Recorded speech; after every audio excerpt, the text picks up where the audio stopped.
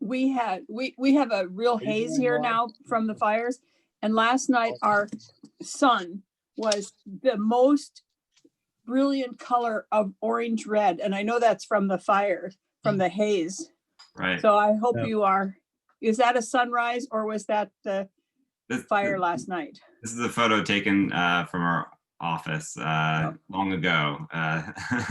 Okay. But this was a sunset. But yeah, no, it's starting to clear up a little bit. It's good. I heard you were getting rain.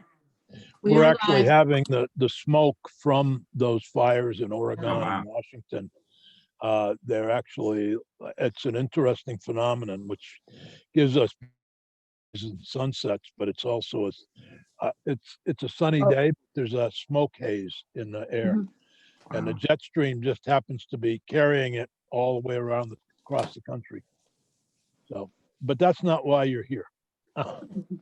We really appreciate both you and Terry Lynn being here. And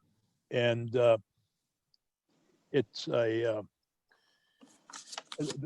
very difficult subject, and one, as a long-term time board member of the CSG Justice Center, I don't remember us talking much about some of these issues. I know we had a really good conversation at a board meeting, I think it was last year or a year before last, with police chiefs from Wichita, Kansas, Texas, and other areas talking about racial divides. But here we are with S119. We also have on board our Commissioner of Public Safety, Mike Sherling, who may have questions or may want to make comments. So he's kind of an invited guest here. We're appreciative that he's joining us. Terry, you're, I call you Terry, but I'm going to admit and age myself that I played football with your father. So at the University of Vermont. So that puts us in different generations, but I appreciate you joining us as well. So if you and Marshall would mind introducing yourselves and whatever you have to inform us of regarding the situation, both, and you're providing us with a national overview, but also a little bit about Seattle and their policies, which is somewhat how the House based their changes to S119. Great, thanks, Senator. I'll let Terry introduce himself, but he's the expert between us on these issues and can speak to what other states have done and also just the importance of training and the quality of training in terms of actually making changes beyond statutory changes. But you're right, states have, and at the Justice Center, we typically haven't looked at these issues as matters of state policy, but obviously the events have caused states around the country to take up these issues anew and engage in them in ways that they haven't before. And so we see lots of states taking action, already bills being on the governor's desk across the country on a range of topics, but certainly including the ones that Senate Bill 219 and then 119 that you're now discussing take on. And we've watched the progression of the bill. I think we've looked at the latest version that Peggy sent over in terms of where the language currently stands. So we've been tracking those changes on the House side and can speak to some of the issues they raise and how those align with what we see in other states being taken on. And then Terry can speak specifically to also how that actually does or doesn't change practice and culture in law enforcement on the ground. So with that, I'll turn it over to you, Terry, to take the lead in terms of providing some of our thoughts. Sure. Thank you, Marshall. Thank you, Senators, Senator Sears, Commissioner. To the football with my dad, that began my love affair with Vermont. So growing up in Massachusetts with a dad that went to UVM, everything was all about Vermont, the Catamounts, and spending my summers up at Lake Champlain trying to spot Champ, which I believe I saw on a couple occasions. I did. So I'm Terry Lynn. I'm the Deputy Division Director. Terry, maybe I should introduce the committee, or they could introduce themselves since Senator White just spoke up. So I'll start with her, and then if, let you know where we come from. Sure. I didn't mean to interrupt there, but No, I did see. that was Cha- fine. That was I fine, did see Senator. Champ, so as did my whole family. So I'm Jeanette White from Wyndham County, which is down on the Massachusetts border. Alice? Oh, Alice Nitka from Ludlow in Windsor County, middle of the state in the south. Bill? I'm Phil Baruth. I represent Chittenden County and teach at UVM. So good to see you're an alum. Or your Bill? dad was an I'm alum. Joe Yeah. Benning. I come from the Northeast Kingdom, which is actually the real Vermont, Terry. Just so you know, I've never seen Champ. I'm Dick Sears, and I'm from Bennington County, which is in the southernmost corner of the state, across from Wyndham County. We're on the western side and close to Williamstown, Mass, and Albany, New York. So go ahead, Terry. We interrupted you. No, everyone, all set? Yep. Okay, great. No, thank you, Senator.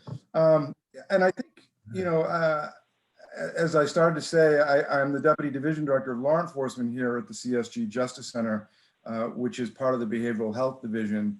And, I'm in a really unique position at the CSG Justice Center with our portfolio that oversees all of our law enforcement work with agencies across the United States. In addition, I'll just give you a little bit of an overview. In addition to the work that we do in providing assistance, guidance, and expertise to police departments that are trying to figure out partnerships in ways to respond to people that are experiencing a variety of mental health or behavioral health issues. We also oversee 10 law enforcement mental health learning sites that are located and embedded at various police departments across the United States. LAPD, Houston PD, Salt Lake City Police Department, Houston, Madison County, Tennessee, the Sheriff's Office there, Madison, Wisconsin, Arlington, Massachusetts, and we have a University of Florida. And these current 10 learning sites really kind of represent many of the different types of law enforcement agencies that you will encounter in terms of size, demographics, and some of the unique areas that they deal with. So we're able to work with them, the police officers that have created co-responder units in partnership with their their behavioral health system within their community or communities. They have different models of responding, from mobile crisis teams, co-responder, homeless outreach teams, community response teams. I mean, they really provide us access to hearing what are the real issues that they're seeing out there, in law enforcement and in behavioral health today. So I'm fortunate to be able to work with just a wonderful group of men and women that are police officers and clinicians that are, trying on a daily basis to police with compassion and really move the needle forward in how they respond to people that are in need of services. So that's just a little bit about, sort of what I oversee here. I do come here with a career in law enforcement. I was, as I mentioned, Massachusetts, I was a police officer. I was also a police officer in the state of New Hampshire, and also patrolled up in Littleton and up near the Northeast Kingdom up there. So very familiar there as well. And also, working organized crime, narcotics, and then working, New Hampshire Rural Patrol, where I could go miles without seeing anything, with the exception of very large moose. So I've been fortunate to be able to work in a variety of different law enforcement capacities. And for the last 20 years, I've spent it in academia. I've been at the John Jay College of Criminal Justice, where I oversee NYPD's hostage negotiation team training, their SWAT training for psychological response. And I've also been the dean at various community colleges overseeing criminal justice programs. So I really do, I bring a lot of different perspectives to my work and my role as the Deputy Division Director here at CSG. So I just wanted to throw that out there for folks. I'm also a licensed clinician, so I can bring that piece in as well. Marshall and I have been, we've been going through the literature. We've been looking at what states are doing, in response to these issues.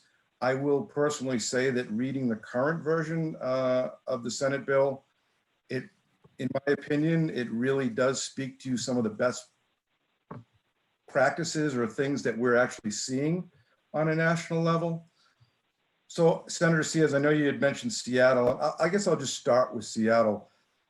I mean, I think Seattle was in a very sort of unique, obviously major spotlight when some of those policies, were enacted and put into place out there in Seattle. And unfortunately, they actually are a little bit different than what the state of Washington requires in terms of use of force. So on one hand, you have Seattle saying we're going to outright prohibit and ban, yet within the state, it says chokeholds and others may be used under certain conditions. So if that works for Seattle, and I suppose time will tell, we will see. But on a state level, what we are seeing is that there are states that are outright banning any type of chokeholds, strangleholds, sleeper holds. I mean, sometimes the nuance is how it's phrased, within the police training, within the police culture. But generally speaking, some states have just taken a stance that it's going to be prohibited. Connecticut is one. Massachusetts is another one that has put this on the table. It still hasn't made it to the governor's desk as of yet, but to outright ban under all circumstances the use of any type of lateral vascular restraint on the neck. Other states have attached criminal penalties to it.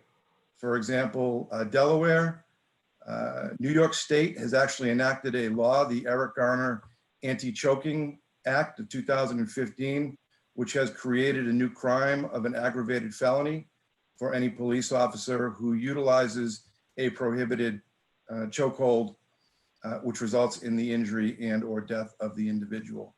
Right?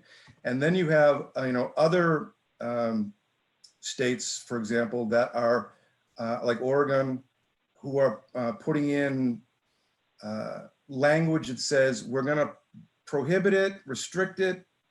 However, as a last resort, if it is necessary for that officer to utilize that particular technique or tactic to save his or her life or the life of somebody else, then it can be used. So you've got states that are taking a lot of different responses to this particular issue. The fourth thing that I'll add in for this, talking about sort of what states are doing with the chokeholds, is that some states, Utah comes to mind, are actually writing into the law what the Criminal Justice Training Council, what the director of the Criminal Justice Training Council will be responsible for.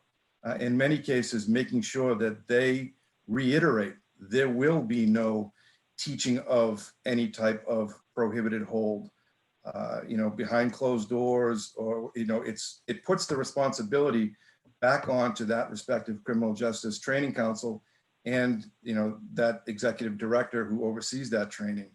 And that actually is an approach that is starting to gain momentum as well across states, realizing that, I mean, Vermont, in my opinion, you're in a great position because you've got a centralized police academy.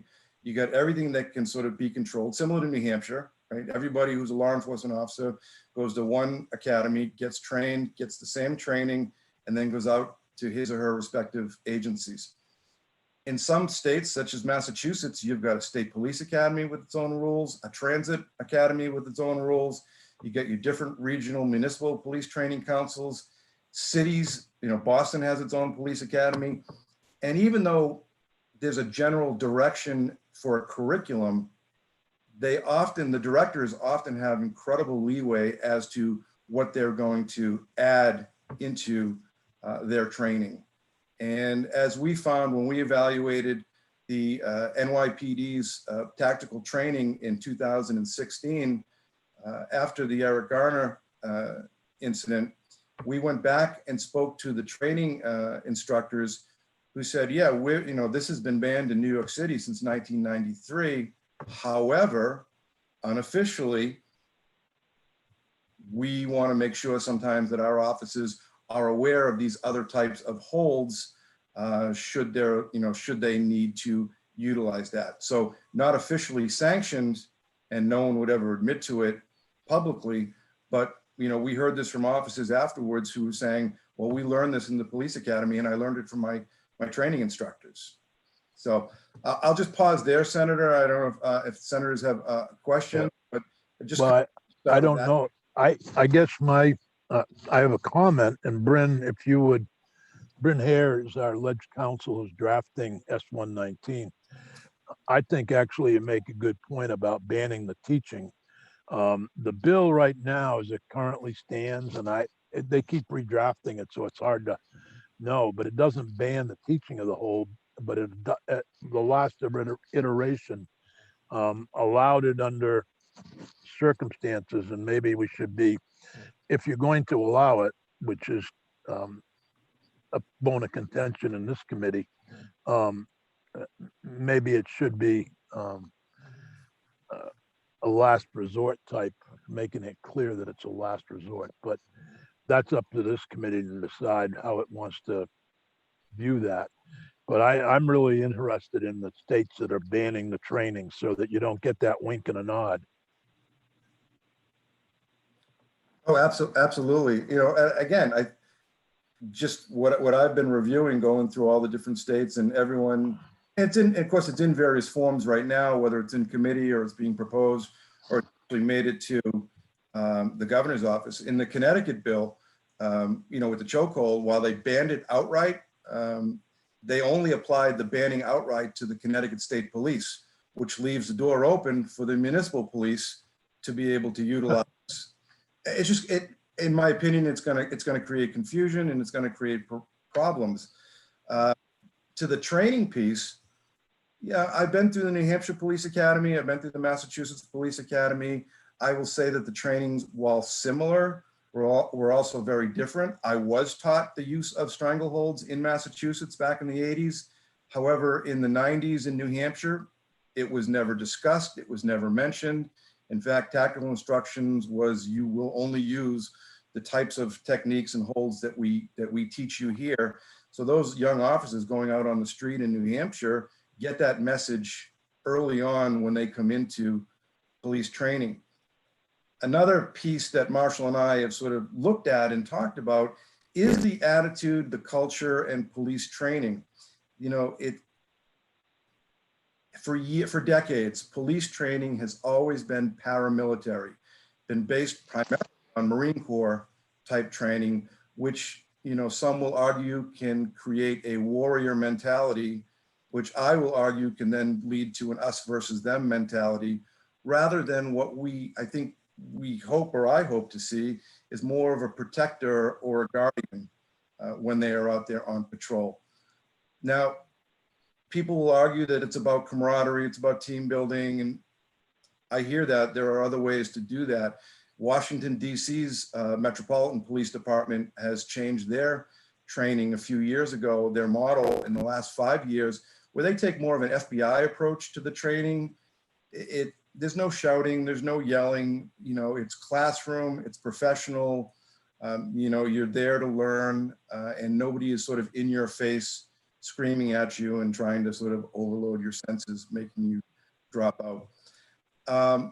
We know that when officers come into the police academy, the majority of them, they're joining because they want to help. They grew up in their communities, they grew up in that state. They want to really go out there and make a difference and be able to help people. And so they come into an academy, with this hopeful optimism to go out there. And unfortunately, and this is not just unique to Vermont or Mass or it's common across the United States. In many cases, the kind of the toxic mentality of policing that then creates and leads to cynicism among officers, frustration with the whole criminal justice system, feeling stressed, burned out, long hours, et cetera. And we see that. I have seen that over the course of my 20 plus years, in the business.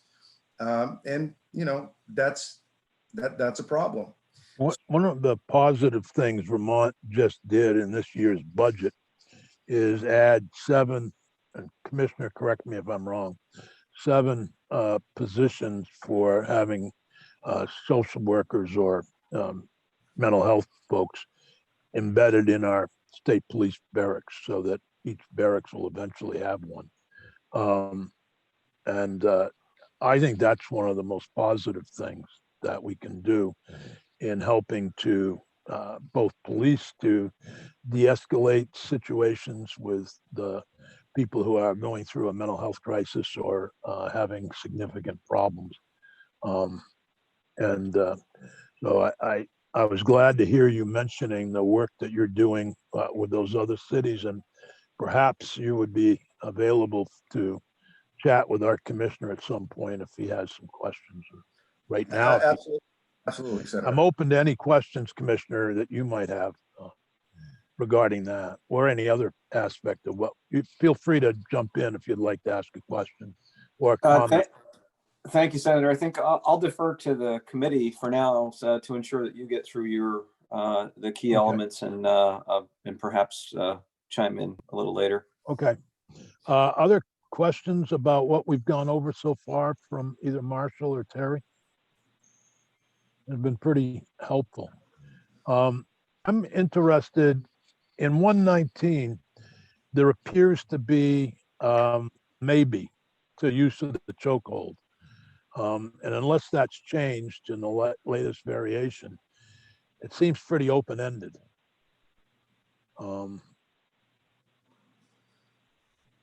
Is it any? Again, I'm giving both my personal, but also what I've seen. I think and I'm putting out there for consideration for the committee, again, I think when you leave things open-ended, when those police officers are out there on the street and they have their tool belt of things that are available to them, including their physical presence and including their verbal commands, their ability to empathetically connect with an individual. When you sometimes leave something that's a possible use, it may get used, right? Because they walk out of there going, well, I may hope to never use that, but if it's there and I need to, then I will utilize that. Yes, sorry, Senator White. Senator White, go ahead. I don't know if you're muted. I'm sorry. I didn't mean to interrupt. I was just No, getting go in right line ahead. for when you're done. No, go ahead. Right now. Go ahead. So- Senator White. So I got a note from a local police chief down here yesterday, and we've been talking about the use because in the bill it says that there is the provision in there that if there's an incident that where the person was concerned for their life and then there was death or bodily injury, that they could use that as a defense. His point was, I'm sorry that wasn't very clear, but his point was that we had an incident down here with a sheriff who is not a huge man, and he did a roadside stop. The guy got out of the car and tackled him and had him down on the ground, and he couldn't reach any of his tools. I mean, he was on the ground, and the only way he could get him off was to choke him. It was the only way. So if this is a prohibited maneuver, could he then, he didn't have to justify, I mean, it isn't going to go to court because the other guy wasn't hurt or anything, but could he sue him for use of a prohibited maneuver where there wasn't any, it didn't result in death or bodily injury? I suppose, Senator, that's going to be open to, and I mean, qualified immunity is something that is being challenged right now. right, at the federal level, but also Massachusetts has just removed, or in the version removed qualified immunity for a police officer. So it would open up the door, for a potential civil suit.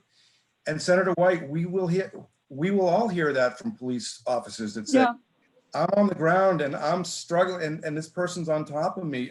I had no other recourse, and sometimes I will say, I don't know how to answer that question, because when we look at that real life or death and what someone needs to do, I'm not sure what I would do in that situation. I would probably fight to survive.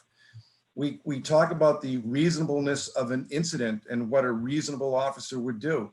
Well, if an officer is 5'2" compared to 100 pounds, compared to someone who's 6'3", 275 pounds, and was a former Green Beret, there's just different skill sets that are available to them and under what would be reasonable in terms of a potential threat or assault. I'll come back to, it comes back also to de-escalation training and tactics. And that's another sort of bucket that Marshall and I have been looking at, is everyone's talking about, well, you're going to need to use some other type of de-escalation technique. When you look at states currently, right now, only 21 states actually have a requirement in the police academy for de-escalation type training. Almost none of those, all of those 21 states do not have an established minimum mandatory. It can be as low as 2 and as high as 40. And then you have to look at what is being taught in that de-escalation training. Is it primarily tactical? Are you having good classroom? Are you actually able to have some type of practical exercise? So one of the things that we did down in New York, the police academy, is we not only gave them 40 hours of de-escalation, both verbally, both in their physical presence, but then we used real screen SGA actors and actresses to actually come in, and we had them push the police officers' buttons. We would sometimes have to intervene when they would, really give an officer a hard time, because we were challenging the officer's mentality that the officer always has to win, and that the officer never gets to back down. Well, that's part of that warrior mentality that I go back to. Like, why not retreat? Why not find a place to pull back, to call for assistance, or to try to use some of those tactics? But you have to train, and they have to be trained in the academy, and they have to practice those skill sets. They're perishable. Another point, and then I'll pause, Senator, is some states right now are actually looking at recertifying their police officers every 2 or 3 years, so that when you go through the academy, like when I went through the academies, your life, it's as good as I was a cop. Didn't expire. And now they're saying, no, we're going to have some oversight. The Criminal Justice Training Commission is going to issue you your initial certificate, and then you're going to have to do trainings X, Y, and Z every 2 or 3 years to get your police certification credential established to go on again.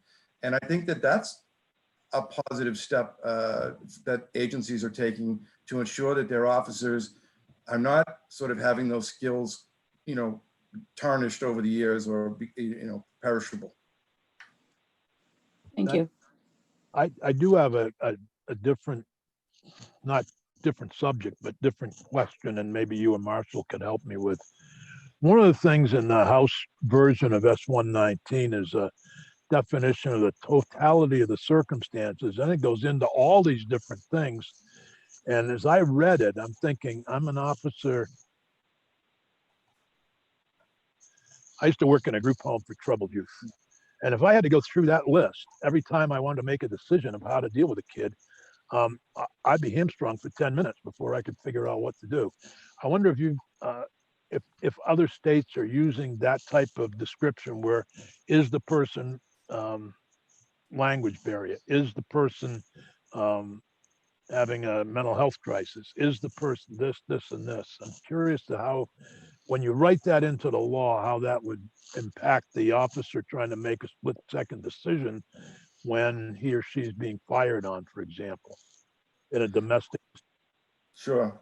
Yeah, and again, I think You. what is, and I do see is common across all police training, is the emphasis that an officer's discretion, that an officer, that probably the best piece of equipment any police officer has is their discretion when, they encounter a situation. I'll go to New York State as an example. I was tasked with sort of restructuring the training for the Municipal Police Training Council in New York State, which oversees all of the police training outside of New York City. New York City, because of the way it's charted, and it serves a population of over 1 million, they have incredible leeway in what New York City Police Department does with their curriculum.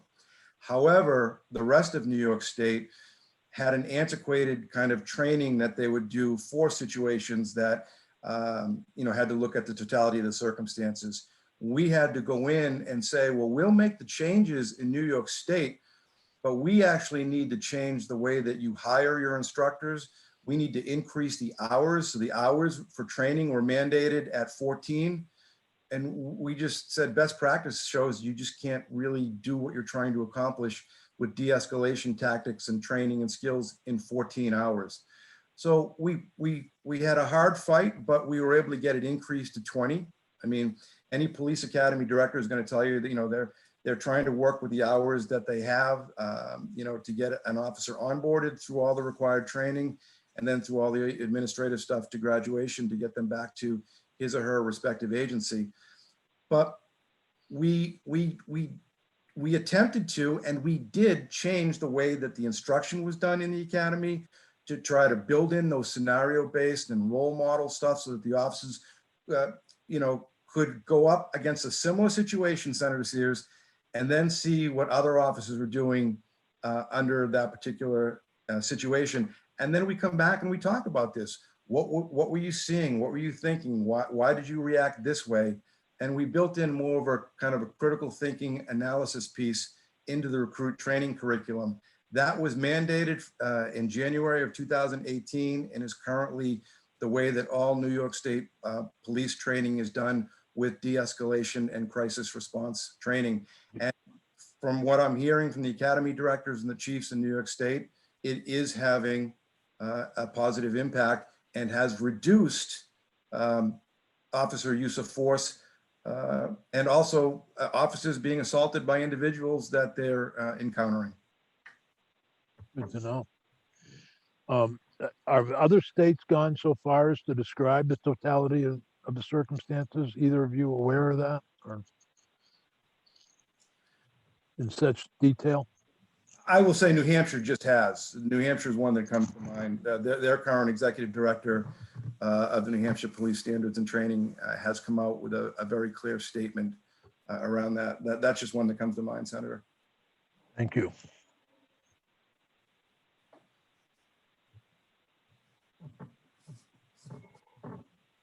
Can you speak a little bit about how Washington, either of you, Washington law enforcement, I'm sure Marshall, you spent some time with some of the folks in the Seattle Police Department.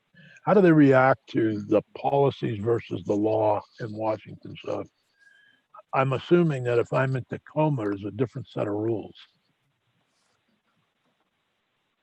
I'll let Terry speak to this because I think it gets this question about, how standardized your training is across the state. And obviously it's different in Vermont where you have one standardized council. So.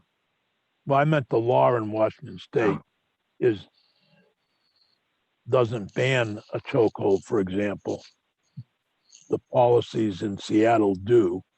Other things and policies in Seattle will go much further than Washington State. And I'm just curious as to how that impacts Seattle police officers. I have spoken out in Seattle with some officers that I've worked with over the years.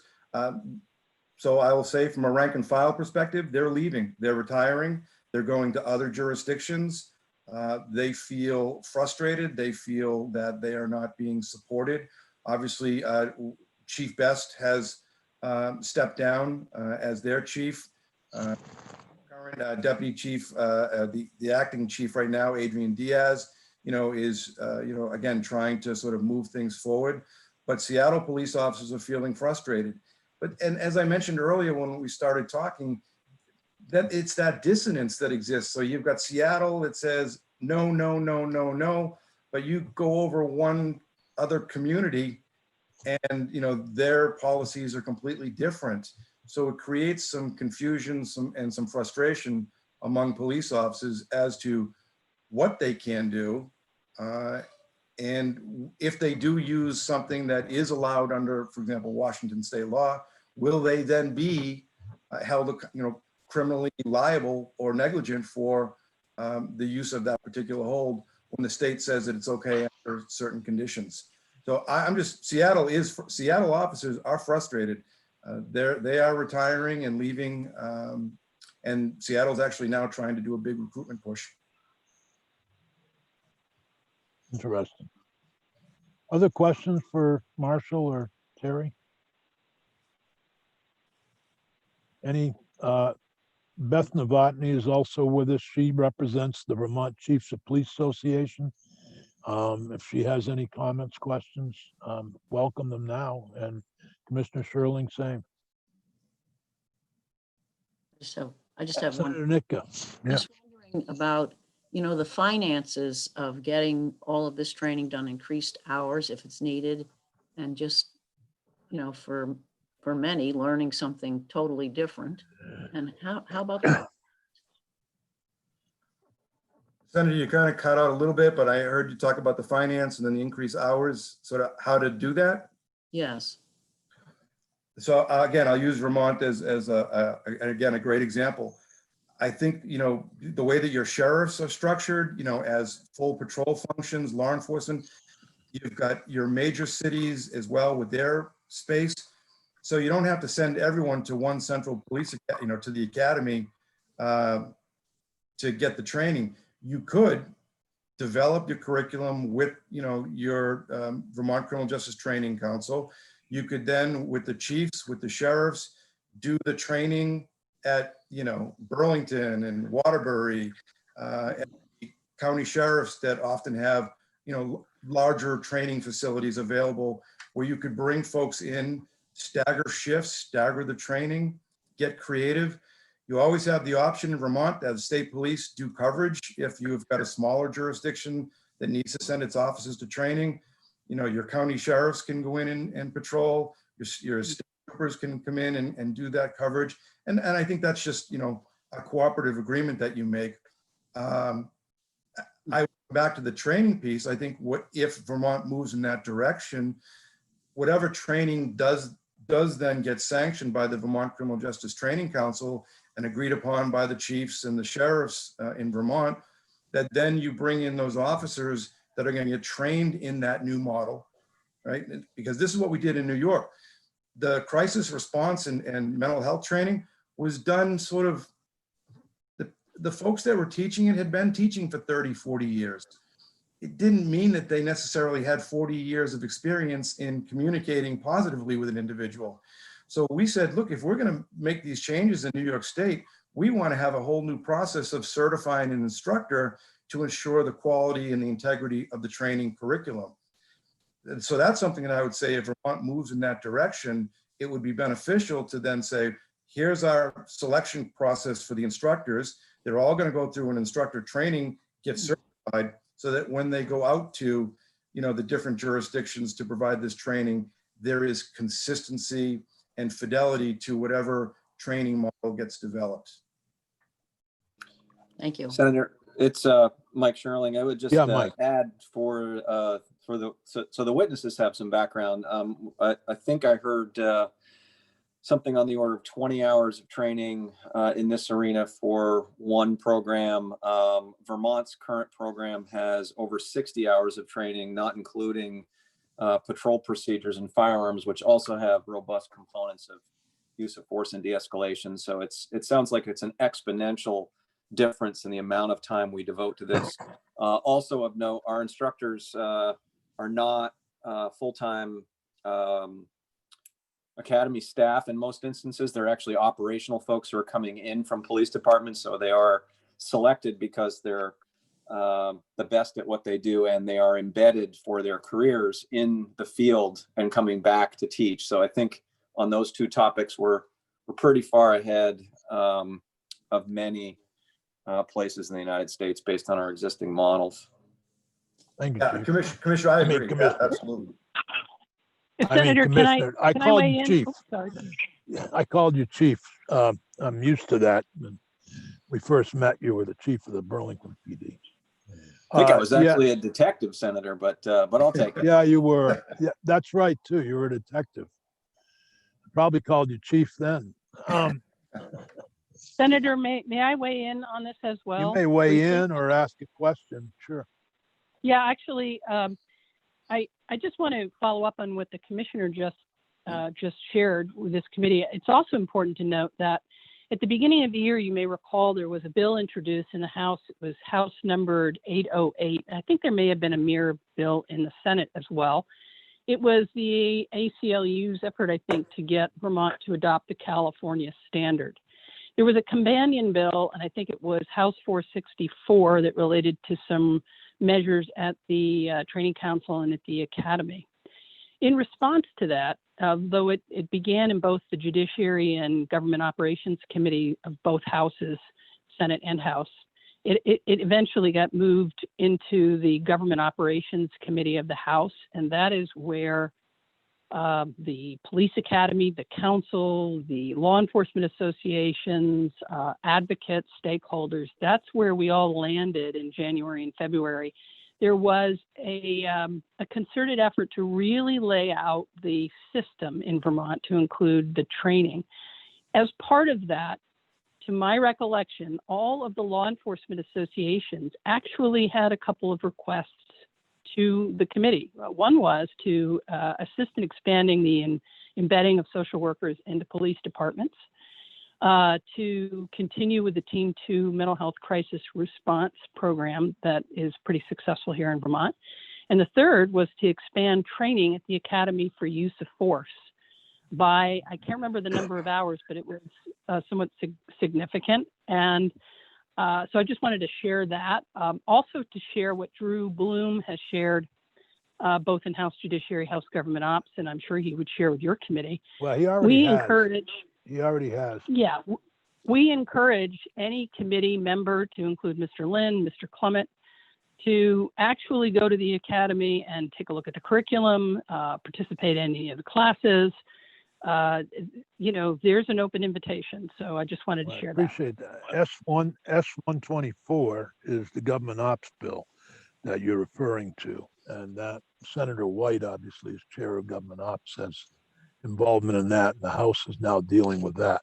S119 started out, quite frankly, as we passed it, I think was more based on the California use of force model. It is now expanded to Seattle, I guess.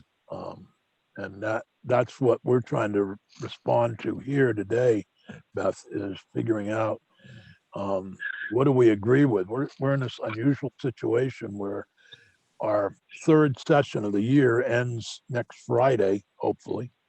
And the House has been working on a bill for 2 months that we passed back in June. So we're trying to figure out, and I'm so appreciative of Marshall and Terry to take the time with us this morning to talk about a little bit what's going on in the national scene. And I'm not disparaging our training council or the efforts of our chiefs or our state police or any other law enforcement in Vermont. I was merely trying to hear from folks from out of state who are looking at this in various states around the nation. I was not aware that New Hampshire, for example, had passed a law. I was not aware that Connecticut and Mass are in the hopper, that they may not have gotten to the governor yet. But so I think this is helpful to me anyway. Mm-hmm. Terry. No, I was just going to a couple points, and I know you'd mentioned it earlier, and I just heard it from Beth. I will say, I mean, the idea of social workers embedded with police departments, and I understand social workers being embedded in the troop barracks. again, I think that's just what a positive step in the right direction, recognizing that officers do get stressed, and burned out, and they're seeing things on a daily basis that many people don't see. And to know that we want to, keep them healthy and keep them, working in their job, I think is a great thing. The mental health response, that is the national discussion right now. How do police agencies and behavioral health partners respond to incidents? Are there other alternatives to sending a police unit? In many cases, Senator, that is the only option that's available. I mean, we know right now that about 52% of police departments in the United States have fewer than 10 officers. And on top of that, about another 22% have less than 25 officers. You're talking, there's a lot of people, I think, just think police departments are LA, Houston, Dallas, Chicago, Seattle. The reality is that they're small police departments, and the only resource may be that 3 a.m. 911 call to a police unit. So to the third point of expanding training, I just think that we're seeing that happen. Police training commissions and councils are trying to increase their training hours to go beyond whatever they were, legislated or required or mandated. And I just think that that is a wonderful thing to do, to then put in as much training as possible so that we do prepare those officers for all the different scenarios that he or she are going to encounter when they hit the street. So I just want to come back to that. And the final point that I'll make, Senator, is I've also read many of the major cities that have adopted very similar policies to Seattle, Dallas, Houston, Chicago, even Minneapolis. My concern sometimes looking at policies that were adopted by a particular city is that often it's a large urban agency, and while it may work for them, it may not work for, if you're looking at sort of legislating something for the entire state. So, Houston, they said banned, outright prohibited, fantastic. Other Texas police chiefs are saying, no, not so fast. We want to be able to have this as an option for a life or death circumstance for a police officer that may find him or herself out on a highway some morning at 4 a.m. And that is their only last resort. Thank you. One of the things that's always amazed me, and I got to know several police officers who work particularly with child sex abuse cases. And you just mentioned something, and when you talked about mental health folks embedded in barracks and police departments, I wondered how they don't burn out in 6 months of dealing day in, day out with child sex offenders and that type of case. We have state police investigating. We have the child advocacy centers where the state police, local police, and prosecutors and so forth work together with child abuse and child sexual abuse victims. I just can't imagine on a daily basis dealing with that group and not having some, carryover into their private life and how they deal with it. So is that also happening in our policing, where we provide help for these folks who are working, with such horrible situations day in, day out? I would love to talk about that question, Senator. No, I mean, sure, there are agencies that are trying to respond as they will, but the culture of policing, if you admit that you have a problem, if you need help, you're immediately, we're going to take your firearm away and we're going to sit you on a desk. We call it rubber gun squad. There are other names for it, because it's admitting weakness. And I'll argue you're exposing your humanity. You're seeing things that have had an impact on you. And why shouldn't we, as provide counseling or services to an individual that still respects their, the fact that they were able to become police officers, state troopers, sheriffs, get them some help, get them the assistance that they need so that we can keep them on the job doing the good work that they do. But yes, and I will say this, I mean, certainly the commemoration 9/11, I work with a lot of officers who they were there, they lost their colleagues, their friends, and they've never been able to sort of publicly talk about or get help from the department without being labeled as somebody who needs to be off the job. And that's where I think, honestly, we do a disservice to our police officers. And this, I could take officers from Indiana, Texas, Florida, Vermont, New Hampshire, and they'll probably say the same thing. If I have a problem, I'm probably not going to tell my chief or my sheriff that I have some issues. I'm going to keep it quiet. And Senator. Yeah, Senator White. So I can't help but put in a plug here for the program at the Brattleboro Retreat, which is a uniformed officers program. And it has made a huge difference in the lives of many, many people, including the former sheriff of our county who actually came out and in a very vulnerable way admitted that he had issues and that he took part in the program at the retreat because he needed that additional support and help. And I think that him coming out and saying that I don't know if statewide it's made a difference, but I know that it has made an impact on officers down here who are more willing to admit that they need some help. Commissioner Sherling, did you have a question or comment? I do. I appreciate the focus on this. This is another area where I think Vermont stands apart from much of the rest of the nation. We've had, I want to clarify that the embedded social worker and mental health worker program we were talking about earlier, and that expansion and investment is actually about first response and responding to crisis in the community. But in addition to that, for more than a decade now, we have had embedded social workers, psychologists, and others in police departments in Vermont. We have a very robust peer support network.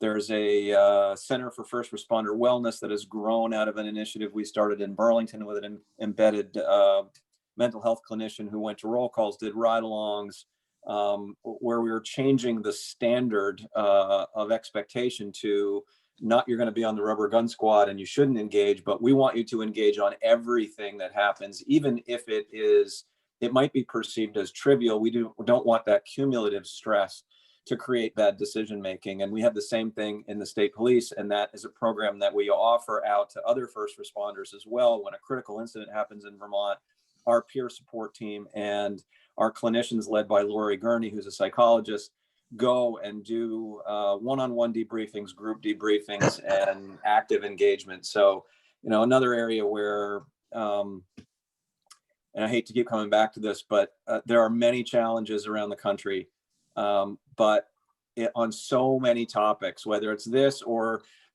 frankly, what Senator Sears was talking about earlier and the stress of specialized investigations. That's actually how we met, was in drafting child pornography statutes when I was assigned to the sex crimes unit for a number of years. We have a model for how those investigations are done that has been adopted now nationally. So, not to spend too much time patting ourselves on the back, but Vermonters do enjoy a completely different operating environment than exists in many other places and scattered across the 18,000 police departments in the country. Senator, may I also jump in on this briefly? Sure. I appreciate Mr. Lynn's conversation in this area. And if you recall, the Senate was poised to pass out Senate 243, which is a bill that I worked on voluntarily, not representing the Vermont Police Association, but with Jim Baker in his personal capacity. That bill was an effort to create a statewide commission on wellness for first responders, with the goal of coming up with best practices and figuring out where we had strengths in the system, where we had gaps, and how we could fill those gaps to create a more robust system statewide so that no officer in any rural part of Vermont lacked access to that kind of care. And one thing that came out of that discussion, and I know you're aware of this, Senator Sears, because Jim Baker has made this point over and over again in both Senate Health and Welfare and I believe in government ops as well, that when you have officers who are experiencing trauma, that plays out in the workplace. We may not necessarily recognize that misconduct as related to PTSD or trauma, but we believe that it often is. And so we're trying to come at this from a holistic perspective, that if you're asking an officer to act in a split second to stress, particularly stress that places that officer or somebody else in danger of death or serious bodily injury, the trauma can play a role in decision making. So we very much want to work on that. I'll just urge you all to take a look at your calendar. It was really on the verge of getting passed out to the House, and then we went into a state of emergency under COVID-19. So I guess that's a plug to move that bill. I think we passed the bill. Yeah, I think it's in the House.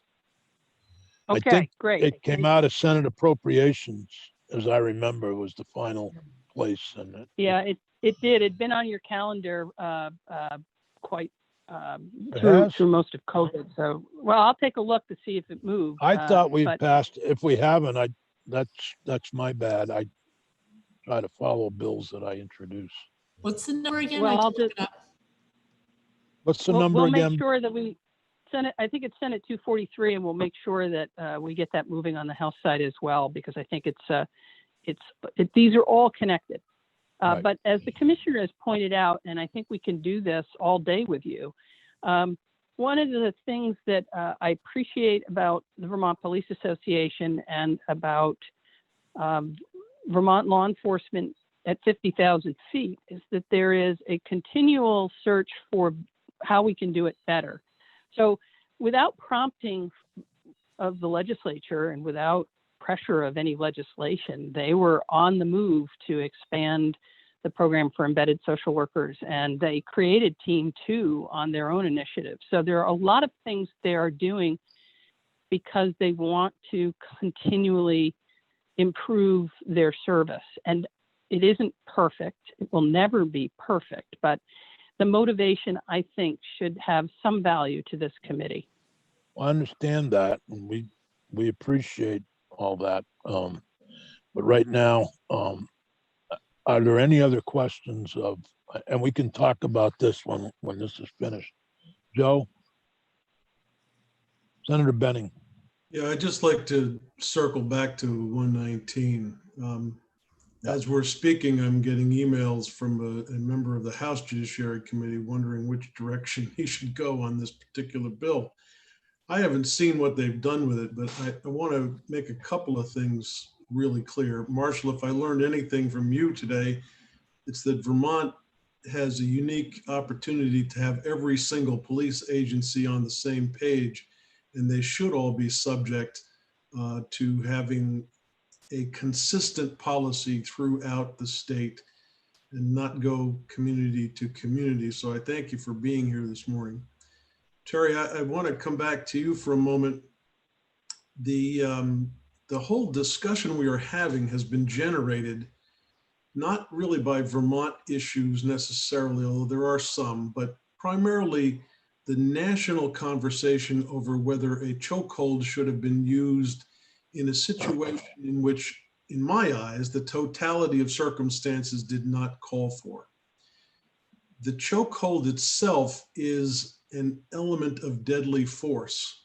So is a billy club, a brick, a gun, it doesn't matter. The question really is, are you authorized under what community would normally say is acceptable to use deadly force in a given situation? Do you have a responsibility first to try to de-escalate if at all possible? Or if that is not possible, and you are authorized to use deadly force in what the community would see as an understandable rationale, it doesn't matter to me what the element of deadly force is that you are using. And I'm trying to wrap my head around the train Somebody going. has a train going by. Well, that's me. We've got the Canadian National on its way up the Passumpsic River Valley, which Terry knows all about. But the crux for me, I guess, is trying to strike a clear understanding for an officer who is in training that their first objective is to de-escalate if at all possible. If not, be real sure that the circumstances in front of you call for the use of deadly force before you use it. I'm a criminal defense attorney by trade, and normally I'm not somebody who is out there protecting the police. I'm usually cross-examining them.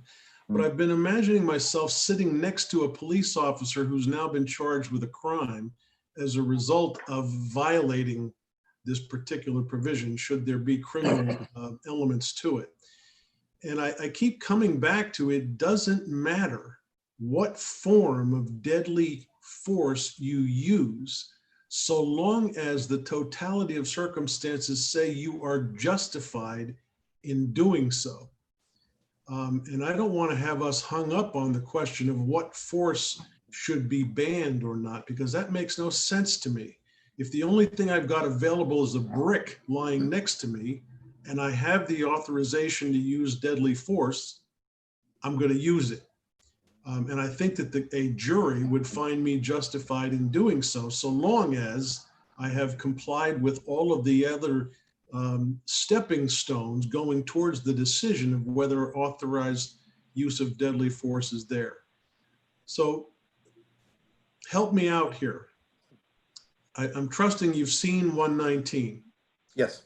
The House version, what we last saw, was a specific statement that deadly force could only be used if all of those stepping stones were complied with on the way. I am in favor of that logic. It doesn't matter to me. In fact, I see it as completely irrelevant whether a given deadly force is used. The question for me is whether or not deadly force was authorized. Am I going off on a silly tangent, or am I missing something completely? No, Senator, and you know, my honest response there is, both having been in situations as a police officer where I will use whatever I had available to me to stop the attacker, to stop the assaults on me, and knowing that there were certain things that were available to me to use.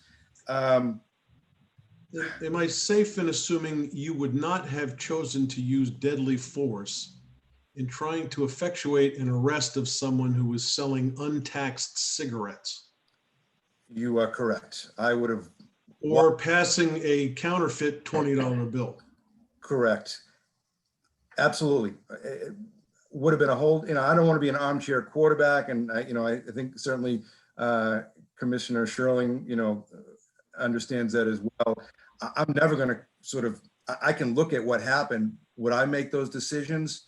Probably not. I would have made different ones.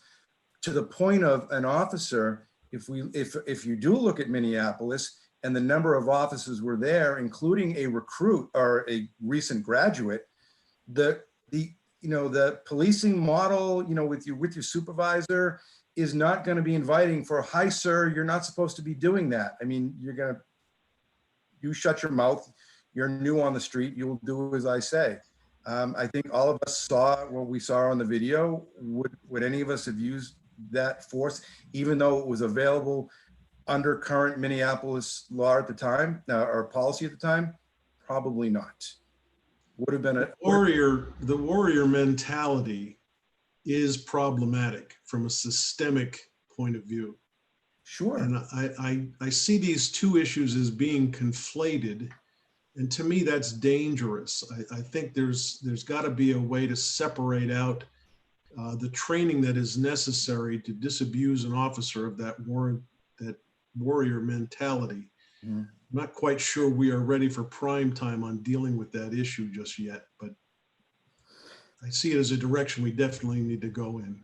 Senator, just a quick sort of follow-up, but what we are seeing across states, to your point, is that states are saying we're going to prohibit it, we're going to ban it. However, here are a certain set of categories that you have to check off. And if you've checked them off and you get, you're down to that last point, then you may use that to save the life of yourself or another. I can't imagine, though, an officer who is in a position of literally life and death, either for themselves or for another person, going through the mental exercise of checking off boxes. No. There's got to be an easy way to say, the community understands that in this circumstance, you are authorized to do whatever is necessary. It doesn't matter to me what the tool is you get to that point with, but you have to have a clear line of demarcation between whether or not you have a responsibility to de-escalate or it's impossible for you to do so. To me, that's Mr. fairly Chair. easy to train. Yeah. Yep. So, yes. So Senator Baruth, I'm sorry.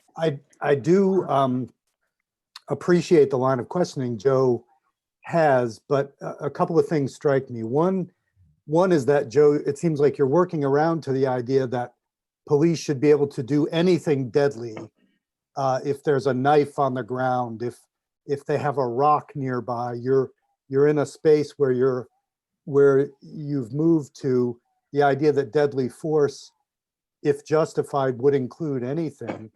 What we are originally set out to deal with here, and I appreciated Terry said something earlier on about an officer issues a command and then they're defending the command, and they won't back down. And I think that's a significant problem, but it's magnified incredibly by race. So you have systemic bias. You have people who feel they've issued a command. They don't bring to consciousness the fact that there's a racial element here, but they've issued a command to a Black man. He doesn't respond to the command. That's how you get them choking out and killing Black men at a much greater rate than white men, because there's not that same sense of racial tension involved. So, to go back to what we're doing, we're banning the chokehold, or we already banned the chokehold in 219. And the reason for that was that it was being used disproportionately against people of color and disproportionately compared to the offense that was underway, because they were defending the command white against Black. And, that puts it in a very stark context. The last thing I'll say, Joe, is you began by saying these laws didn't start because of Vermont problems. They started because of national problems. That is wrong. We have dramatic problems in Vermont right now. Senator Sears will tell you down in Bennington, the racial issues are out of hand. In Chittenden County, we have officers who have used excessive force. We now have a permanent encampment in Battery Park. It's happening in Vermont. So, it doesn't do any of us any good to begin by denying that this is a Vermont problem. So I don't disagree with anything you have just said. Okay. Your train of thought regarding police officers wrongly using force is a valid one, but that's the warrior mentality that we know has to be attacked. When an officer walks into a scene, has not questioned anybody, but suddenly shoves them up against a wall or knocks them down to the ground, to me, that's the warrior mentality. It doesn't have anything to do with a particular use of deadly force. I know that there have been scenes that's been wrongly applied because the officer never went through the decision-making process. Do I have a responsibility here to de-escalate? And do I have a responsibility to avoid using my mere presence as something that can actually escalate the situation? To me, that's all the warrior mentality that has to be addressed. My concern is that in focusing only on one component of deadly use of force, you are effectively removing from the officer a tool that may be the actual last resort they have. And there's a strong difference between being in a situation where my life is actually threatened and deciding to use that chokehold because somebody said, screw you, cop. And they then decide to escalate the situation by using their body in order to bring a dictatorial power to the scene. So that's the only place I think we have a conflict. Well, because we I agree with disagree. you on virtually everything that you've just said. We disagree also on whether the House, it's hard to talk about the House bill because it's not yet come completely together. Right. But our bill and the House bill, I would argue, offer a defense, two defenses explicitly to officers who use a chokehold in defense of their own life or the life of another person. It's rendered perfectly explicitly in what we read yesterday. So it is false to say that it takes away that in defense of their own life. What it does is it says it's prohibited in the standard run of things, and there's a penalty for using it. That's what we passed in 219. And so to keep to situate it alongside of 219, I thought that piece in the House bill that said nothing shall be construed to take away the common law defense or the justifiable homicide defense, that speaks directly to your argument. Those people are not going to be prosecuted. I for that. interject here with a couple of comments, and then if Terry or Marshall would like to comment, while we still have them on board, and I don't want to hold them up much longer. First of all, S243 or 234, whatever it is in House Healthcare Committee, Beth. So if you could push that out, that would be appreciated. It has passed the Senate, it's over in the House. Secondly, I tend to agree with Philip on this one, and I find it, as I said earlier, working with troubled youth for 40 years and having done a few restraints myself, not very many, luckily. The chokehold has been basically banned forever. And even some hog tying, what's called the hog tying, recently a case at our juvenile detention facility, federal judge Crawford ruled against even that form of restraint. So I think there's enough there to suggest that, yes, it might be justifiable. And I think we allow that in those cases in our version of S119. So I tend to agree with you. I wonder if you have any other comments, either Terry or Marshall, about any of this conversation or any other before we let you go. I don't want to take up your entire days. Marshall? I think as Terry said, I mean, on this question that you're discussing right now, as you look across the other state policies, we can send you a list of them if that would be helpful, but that have prohibited chokeholds. Most, even strongest language that I've reviewed, as Terry said, still include an exception for when use of deadly force is warranted or is appropriate. So I think Terry? you can look across those different bills, how states. That would be helpful if you could send us how other states are dealing with use of deadly force when it's appropriate or what they're putting on it. I always felt in the bill that we passed, both, I think, I can't remember now the bill number that actually the governor signed into law, but I always felt like those two bills that we passed out of this committee and out of the Senate were focused on two issues. One, the circumstances that one would find themselves in, but also proportionality. That whatever you do needs to be proportional. I mean, to actually use deadly force in a case of a $20 counterfeit bill is just not proportional. And I think that's where those are two important factors in whatever we do. What are the totality of the circumstances, and is whatever action is taken proportional to the danger? I looked at the case in Georgia. I can't remember the man's name now who was killed by police, shot. Police fired at him over a DUI, and it was, he asked to just go home or to go to his sister's, and they said no, they need to arrest him. And he grabbed their taser and fled, and they shot him. But they also, when they shot him, missed with a couple of shots that went into a vehicle that was standing in line at the Wendy's. Any final comments, either Gary or Marshall?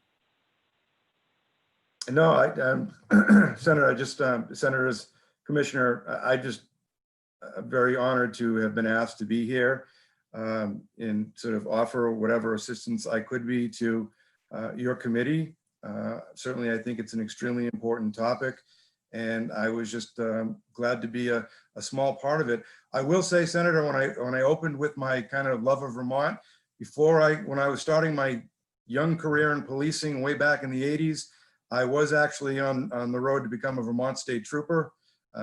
So I could have seen myself there.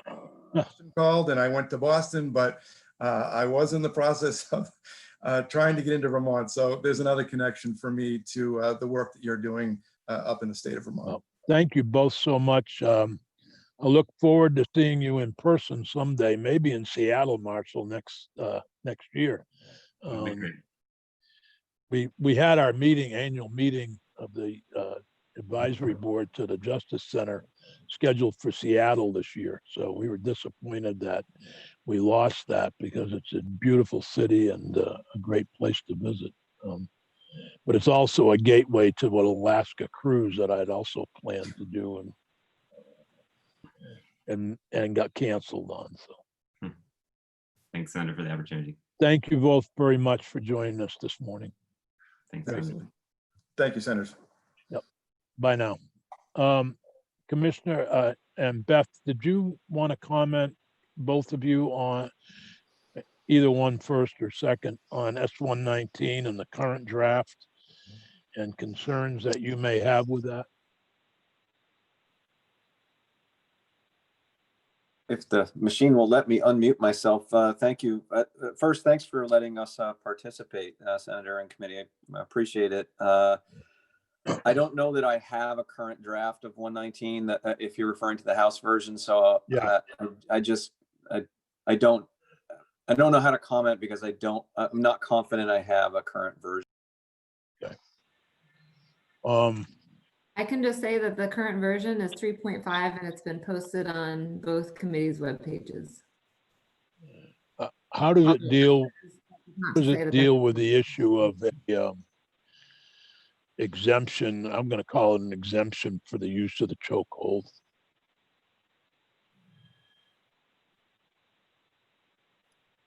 Does it still? Senator, is that question to both of us, Bryn? or is it to the commissioner? It was to Bryn, actually, the So current version.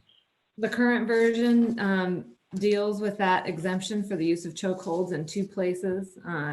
I can direct you to it in the side-by-side that you reviewed yesterday, or in the draft itself.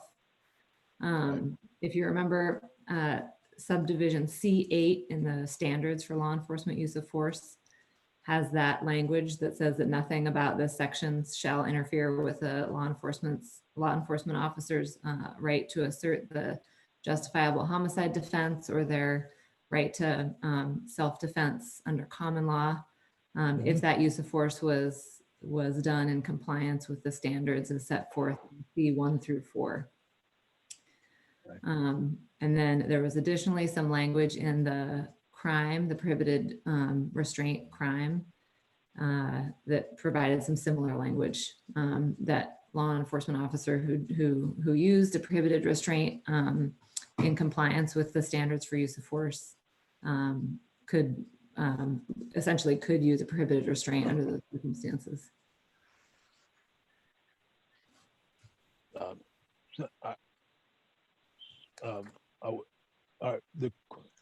Here's where the problem lies. I want to make sure that Commissioner Sherling and Beth have time to answer, but go ahead, Senator White and then Senator Benning.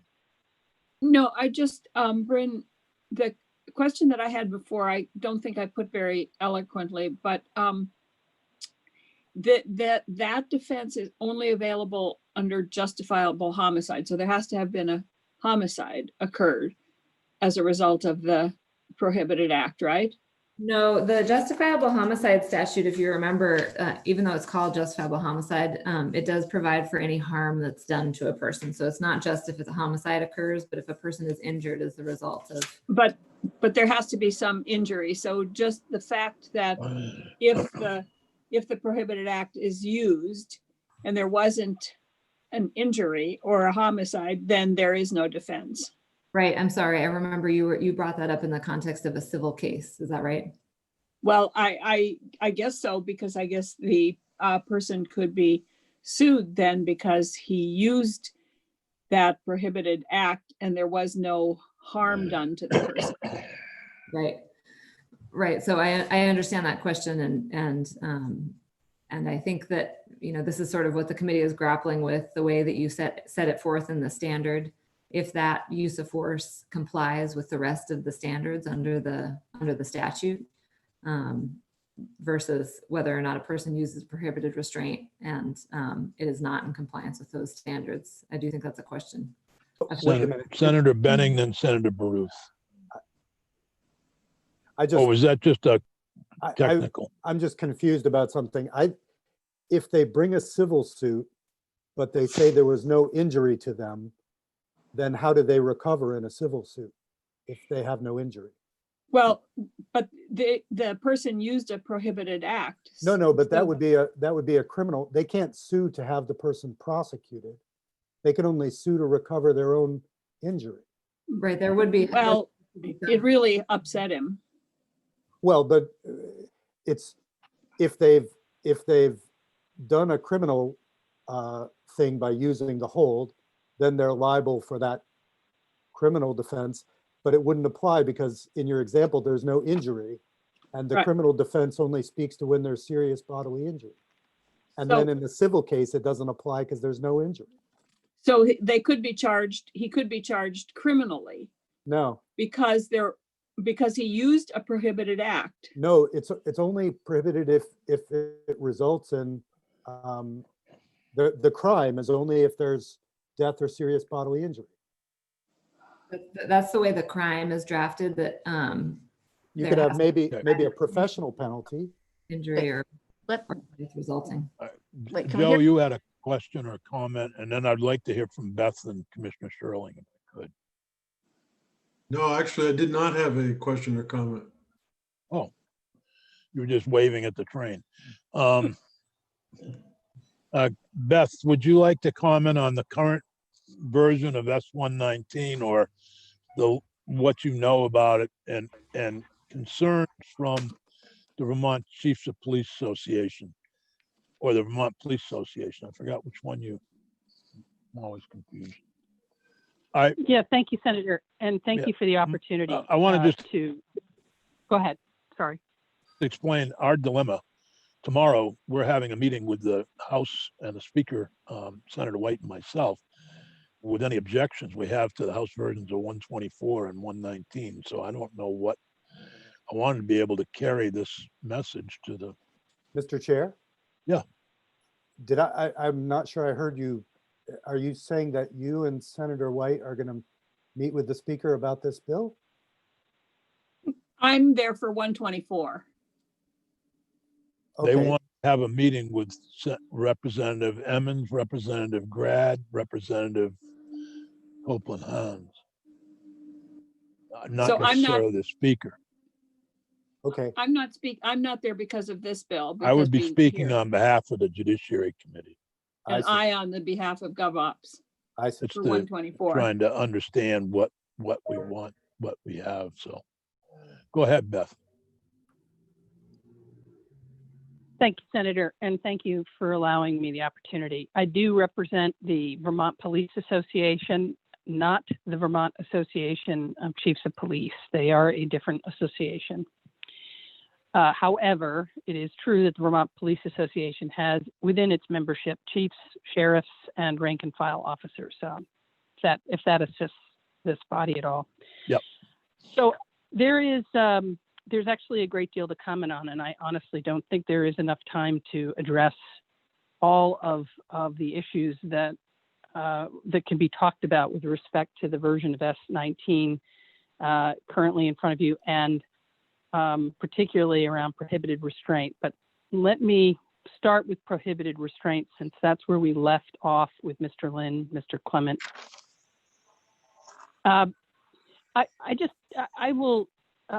The Police Association remains concerned that there is no clear guidance and defense available to officers who use a prohibited restraint in defense of life or serious bodily injury. And, I've heard Senator Baruth, and with due respect to Senator Baruth, I'm in agreement with Senator Benning. And I believe that Assistant Attorney General Julio Thompson testified in House Judiciary that he could see the wisdom in embedding in the statute regarding prohibited restraint the defense. There are a few important reasons to do it. First, I don't think the application of justifiable homicide is as applicable as you perceive it. And if anything, that should lead you to conclude that you've got two lawyers. I don't know how long Joe's been practicing. I've been practicing for over 30 years. I was a prosecutor. I was a defense attorney, both in state and federal court. And at a minimum, what we can say here is that reasonable people disagree. And there should not be that type of disagreement when it comes to something this important, because at stake here for officers is the loss of their liberty, because it is a crime punishable by 20 years, the loss of their profession, because it does result in consequences at the Criminal Justice Training Council with respect to their certification as a police officer.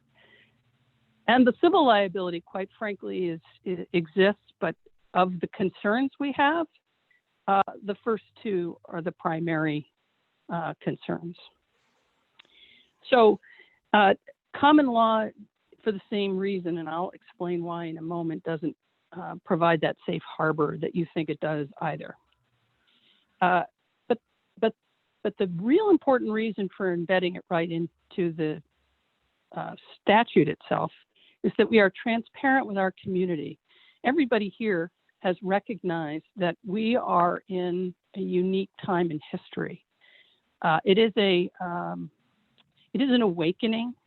It is a moment in civil rights where people are asking for change, and there is this tension. And this is true at any moment in our history where we've had this, we're a marginalized group, or a group that has been oppressed has asked for equal status.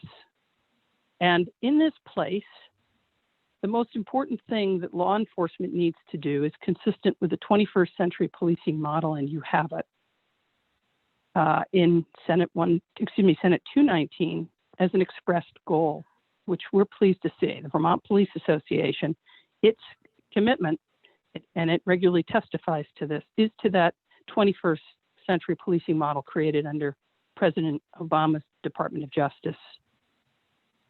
So with respect to prohibited restraint, we need to be transparent. The worst thing that can happen 3 years from now, a year from now, is that an officer uses a prohibited restraint defense of life.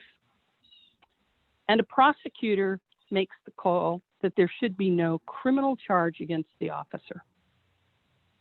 And the community scratches its head because the statute is a clear, strict liability prohibition. Intent does not come into play. It is a statute that criminalizes a technique and the outcome. It does not criminalize unlawful use of force. It criminalizes a technique and outcome. And so, rightfully so, there will be an argument in the community about whether that decision was made to defend law enforcement because of some perceived conflict between a prosecutor's role and contact with the law enforcement community, et cetera. And it will only erode and further erode trust. And that is fatal to the 21st century policing model. It is fatal to good policing best practices and will cause us tremendous problems. So I think clarity matters. So a couple things about prohibited restraint, and these are important to keep in mind. The first is you have embedded as part of Senate 219 a Category B offense for the Criminal Justice Training Council to hold officers accountable for actual use of the restraint. This is regardless of whether there is a defense. It's a strict liability, Category B misconduct, period. There's no defense. Presently, as a result of its presence in Title 20, Section 2401, Drew Bloom will tell you he can't train a number of techniques based upon the definition of prohibited restraint, which he believes goes beyond what you had in mind, and that would be a chokehold. It's going to take off the table for him a variety of other techniques and affect his training program beyond what I think you intended, and he can explain that to you. The second thing you should keep in mind is that if a law enforcement officer is participating in a training at the academy and were to in any way apply pressure in this way, if they were using some technique like that, then that would be a Category B violation. So the concern Drew Bloom has is these techniques that go beyond what he considers what you have in mind are also on the table. And I think I'd invite you to hear from Drew and Jacob Humbert, who is the Assistant Attorney General Advisor at the Academy. They can better explain. And I've got about 20 minutes left of committee time to deal with all of this. So, you know, you can invite me to hear from anybody, but the realities of the process are that we kind of got stuck here with whatever the House is doing and trying to figure it out. And we don't have time, sorry. So we may just recommend we not do anything. I don't know. I'm just really frustrated with the process that gone on with this bill. So I appreciate the testimony, Beth, but I want to hear, this is my last warning to consider the changes, and then we're going to have a meeting once the House passes something, if they do, to figure out how to respond. So unfortunately, I don't have time to hear from people who, you know, we heard from people when we first took the bill up and passed it. I'm just trying to get up to date on the House version. And if you could just kind of move to some other, I'm sorry, I just don't have time. The process is not allowing us the time to do a good job. So I will say that, and it's a mess.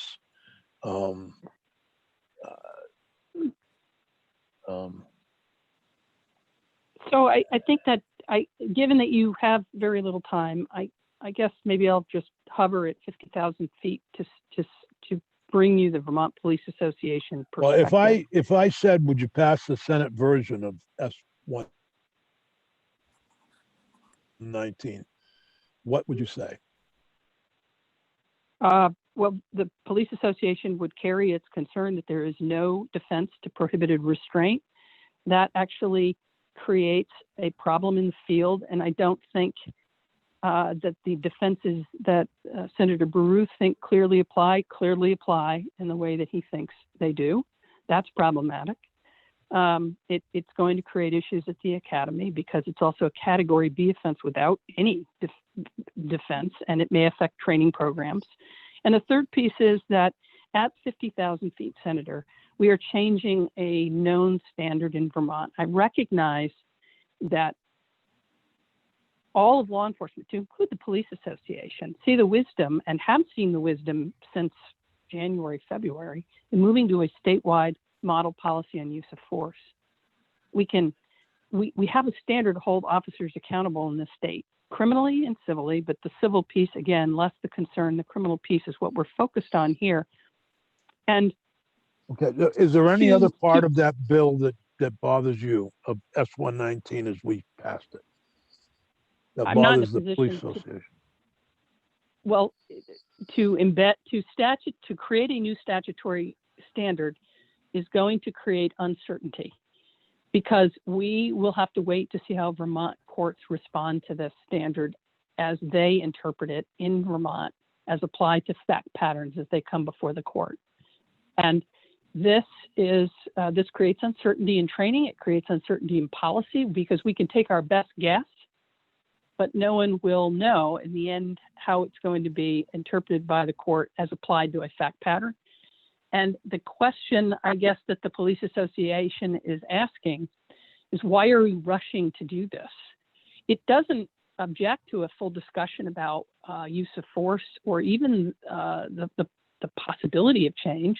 It wishes to do that with stakeholders in a thoughtful way that aligns with the 21st century police model with respect to the pillar of trust and that encouragement to work with our communities. That's the Vermont Police Association opinion. Okay. So if you were to ask, I can't walk you through every line of either version because we don't have time, but at 50,000 feet, that's the thinking. To change the standard, you need to talk to Drew and Jacob about the impact on training up the entire state on a new standard we don't fully understand or fully understand how the courts will interpret. Thank you. Commissioner Shirley? Thank you, Senator. I'll try to be brief, understanding you have a limited amount of time. I guess my best description of the Senate version is, I agree with Beth, it does continue to create ambiguity, but relative to the House version, it creates far less ambiguity. It's imperfect, but and I would stop short of endorsing. I do think we should spend more time, and you all are coming back relatively soon, assuming the elections all play out in your favor. I would note, however, a very big red flag in the current version of 119 has an effective date of October 1 of 2020, and that's essentially impossible to retrain 1,200 people. It would take us longer than that just to do a legal analysis of, to try to get some sense of what it means. So I'll leave that there. Relative to the House version, if I'm looking at the correct one, I'm showing 3.5 dated 2 days ago, although I thought there were supposed to be edits yesterday. And only looking right now at the highlighted sections, our other concerns that I've testified to all remain. You know, there are sections here that just, they literally cannot be operationalized. So on page 4, line 15, section 6, and this same definition or same outline repeats itself on page 7.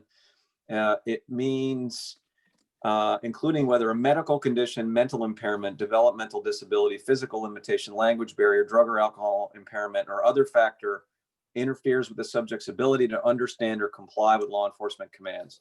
That is absolutely impossible to know, because even if we know that someone suffers from an underlying mental illness, for example, we do not know whether that mental illness or some other substance is contributing to their behavior, criminality is contributing to their behavior, or perhaps they were just struck in the head by someone and have a closed head injury and it's intracranial pressure that's causing the altered mental status. You need to be in a medical facility to determine whether any one of these things applies.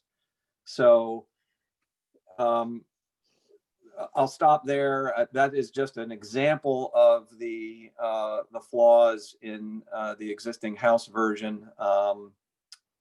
And happy to answer further questions, but this is impossible to, from our perspective, to operationalize. So if I hear both of you, both Beth and yourself, the two problems with our version of S-119 are the lack of an exemption for a banned chokehold and the effective date. I believe the House version, I mean, the effective date of October 1st is way too quick. Senator, this correct? is Beth. Yep. Yeah, in part, that's it, as well as the idea that we would embed a statutory standard. Minnesota, California, they are all examples of why that is fraught with peril. California had to recently change its standard because it was operating under an unconstitutional standard that it had statutorily created and neglected to tend to on a regular basis. Same with Minnesota. If Minnesota had some statute that authorized neck I'm trying to restraint, understand what was the statutory what's the statutory standard that you're talking about? in California, if you read the history of their recent bill that they passed, and they have a process, they fill out a form. They have to fill out a form explaining why they needed to pass that bill. And the recent change in the use of force standard was an amendment. It was an amendment basically to a statute that they had that existed regarding use of force. And that statute was unconstitutional. So they had to change it. That was part of it. The other reason they had to change it is because they obviously had a significant problem relating to the use of force in California, unique to California. And in Minnesota, if there was a statute that authorized what occurred in Mr. Floyd's case, then that statute's unconstitutional because there is no argument under the current Graham standard that can even remotely justify the use of force in that case. It is, I think, such a no-brainer that was an unconstitutional application of use of force. So if there was any statute that said otherwise, it's unconstitutional. Bryn, can you help me? The effective date of S-119 as we passed it is October 1st, correct? Correct. And we could change that. We could suggest that they change that. Yes. The problem that Beth Novotny and Commissioner Sherling have mentioned is with, am I understanding it correctly, Beth? Correctly, Bryn? The problem is the lack of an exemption for the use of the chokehold. Are you asking me to confirm their In testimony? our version of S-119. Yeah, is that what the standard you're talking about, Beth? I'm talking about both the prohibited restraint or the lack of it in the Senate version. The presence of it in the House version needs to be fixed a little bit. But also I'm talking about the actual effort to create a Vermont statutory standard with respect to deadly force in the Senate version that is new and will require training, will require legal analysis, and will create uncertainty because we will not know how the Vermont courts will interpret this as applied to fact patterns in years to come. And I'll just leave you with this. Uncertainty in a standard or its meaning creates doubt, and doubt creates hesitancy, and hesitancy places officers and others in danger or jeopardy. So that is where I will leave it. Thank you. All right, committee, Joe? Beth, I'll leave it with you. 37 years. I don't know how many years you got, but that's me. Shoot me if I'm still here in 3 years. What was the here? No, we don't want you shot, Joe. It's against the law. Senator, that'll depend on the standard that you pass.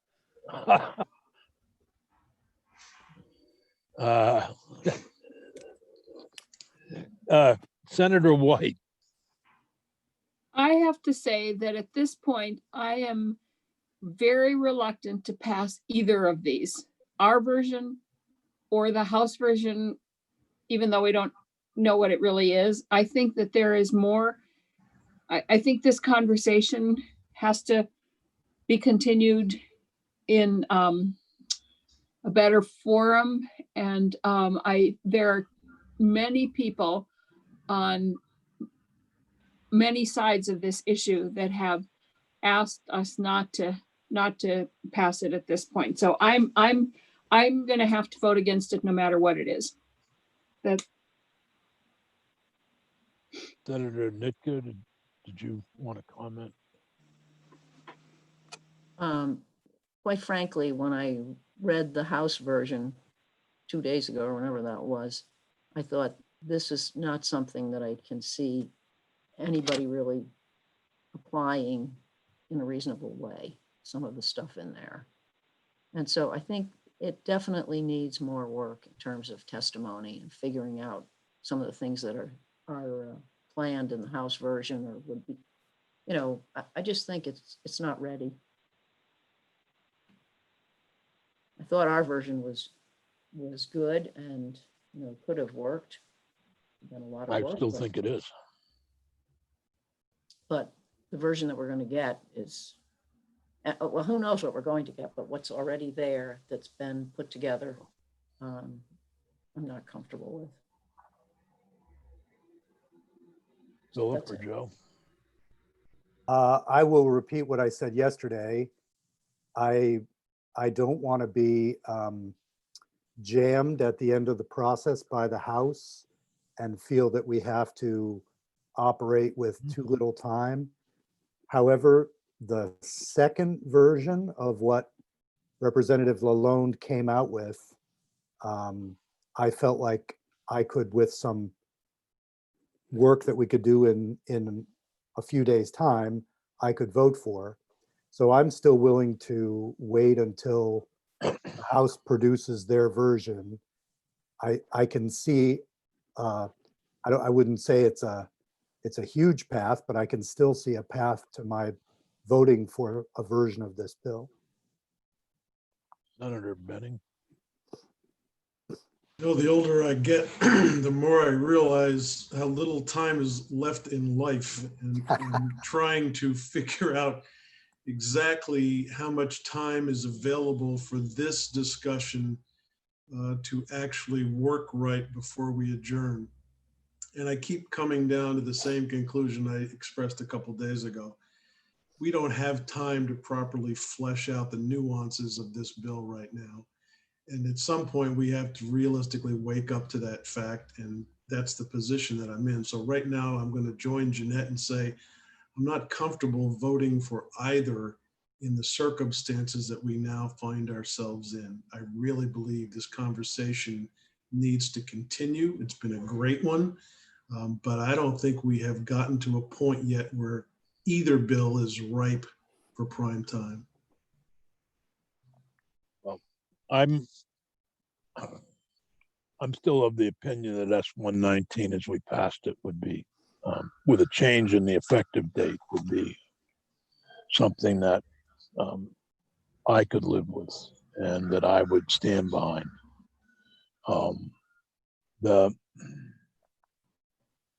What we heard today is that many states are moving forward. I don't know how many are trying to meet remotely, and I'm not sure, given the comments from the commissioner and comments from Beth, whether or not, if we were to pass out the House version, whether or not it was what would happen to it once it reached the governor's office. But I'm still willing to continue to look and see what happens. But I think that the bill that we passed in the second session, I call this the third session, in the second session, has merit, and I supported it then. I would support it today, tomorrow too. Senator Bruce. I don't know if Jeanette was making a formal motion or not, but I would suggest that I hear the voices of the three members of the committee, and if that turns out to be their vote on a formal motion, it will be what it'll be. But it doesn't seem to me we could do any harm by waiting another day or two to see what the House actually produces. And then, Yeah. then we would all be responding to our Senate passed version, which we know, and the House passed version, which we would then know. And then I think we'd be in a stronger place to actually have a motion and a vote. I appreciate that. And this was a discussion today, but we really can't take a vote until we see what the House passes, if anything. I don't see how we can respond to what we don't know, what it'll actually look like. I'm assuming they're going to vote it out this week. I was of not committee. making a motion. Okay. I was just getting a feeling from Yeah. the Senate. If we're going to do the House version, much of it, I do think we deserve the time to have the same testimony that they had, and we don't have that time. That was clear in hearing from Beth and Commissioner Sherling. That would be my feeling about it. You owe all sides the time to testify on the changes that were made, and I don't see that happening. And this was a process where they had 2 months to hear from various interest groups and others and folks, and we haven't had that process. Thank you all very much. I guess we got a floor meeting at noontime and then session. Oh my Okay. God. Thank you. I got to check my chat here. I missed the chat. What is the plan for next week, Senator Sears? Will we be meeting Wednesday, Thursday, as far as you know? I don't know. Put it down. I don't know. You know, it's hard to tell what the, Yep. you know, it's like stuff like this gets lost in the shuffle sometimes. Yep. Okay. But we will try to meet. I would just to be announced for Wednesday and Thursday, and I'll check with Senator Ash. Okay. And Bryn, I'll send you invites for those two. All right. And Bryn, thank you Thanks. for all your work. Yes. Yeah. Million hours. Thank you, Bryn, for everything you've done Oh, no. on all of this, Good to be with you guys. and also on the budget items too. Appreciate it.